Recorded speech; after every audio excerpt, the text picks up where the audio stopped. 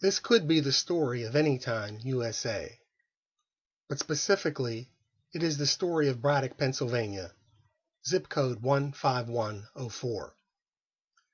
I was born in Braddock in 1952 and spent my first 22 years of life there. If there is one thing I learned from being a Braddonian, it is that the spirit of the people of Braddock represent a spirit that this nation was founded on. It is a spirit that thrives on adversity and prides itself in hard work and dedication, and for that, it evokes a sense of pride in all who live there at any point in time.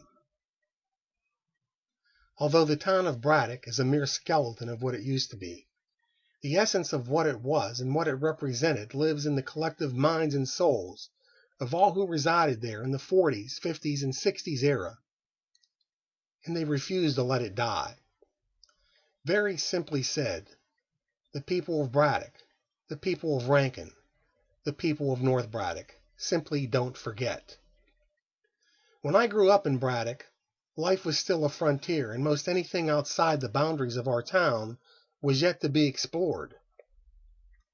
With that in mind, this volume of letters from Braddock, written by myself and Ken Brown, was compiled to not only portray the frontiers that lie in front of us in the 50s, but to portray a space and time that holds a unique niche to all who live there, and to show a view of Braddock from the eyes of a former resident.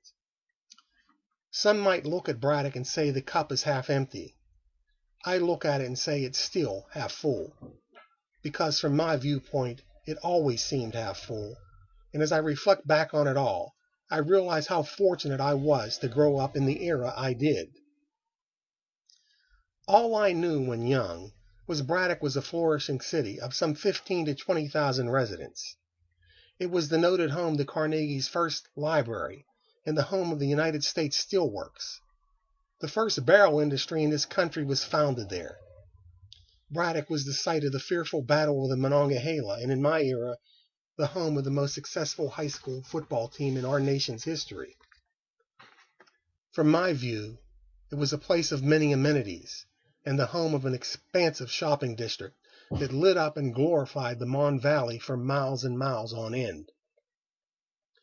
Braddock was a place people flocked to, a hub of activity known from miles and miles away, and a place envied by those who did not live there. Braddock was the home to more than 36 churches, 80 bars, 15 drugstores, 17 shoe stores, 3 glamorous movie theaters, numerous schools, hotels, furniture stores, and eateries.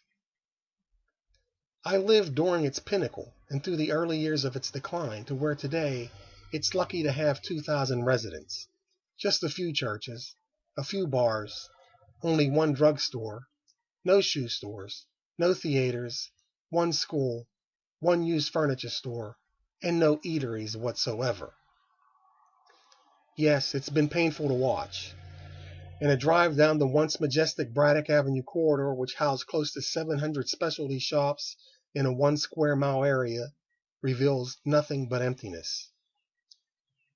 This is Braddock, but this could be any town USA. But it's actually the story of the Tri-Borough area, which encompasses Braddock, North Braddock, and Rankin, and was known in history as Braddock Fields. Our modest volume of vignettes is written in commemoration of our lives there, living in Braddock, Pennsylvania. It's dedicated to all who can relate to the Braddock way of life, and life in general in the 40s, 50s, and 60s. This book is a tribute to the memories who refuse to let Braddock get lost in history. And it's a bond I share with the former 20,000 residents of Braddock, North Braddock, and Rankin. It was my time of innocence, my time of learning, my time of trust, and my time not far removed from the rigors of immigration, and people living for the purpose of simply sustaining. And sustain we did.